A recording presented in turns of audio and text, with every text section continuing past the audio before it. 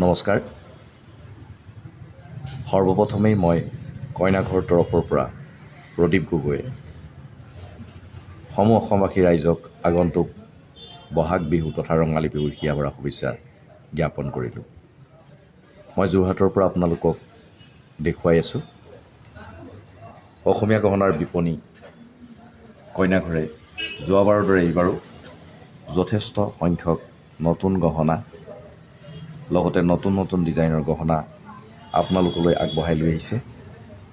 ইতিমধ্যে আমাৰ বিহুক কেন্দ্ৰ কৰি এই গহনাসমূহৰ ওপৰত ৰেহাই মূল্য তথা উপহাৰৰ সুযোগ বা সুবিধা আৰম্ভ হৈ গৈছে। গতিকে আপোনালোকে যোৱাবাৰৰ দৰে এইবাৰো সেই সুবিধা লাভ কৰিব। আহক মই অকণমান ভিতৰখন আপোনালোকক দেখুৱাই দিছোঁ।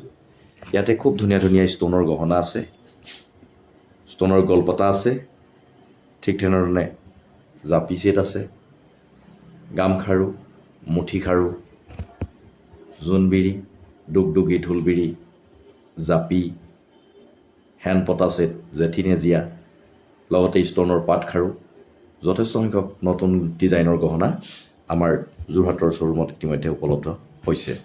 অকল যোৰহাটতে নহয়, তিতাবৰত আছে, বানৰকছাৰী, আমগুৰিত আছে, শিৱসাগৰ, ডিব্ৰুগড়। সকলোৱে আপোনালোকৰ প্ৰয়োজনীয় গহনাটো কইনাঘৰৰ পৰা লওক আৰু অসমীয়া গহনা পিন্ধাৰ যি হেঁপাহ সেয়া পূৰ্ণ কৰক।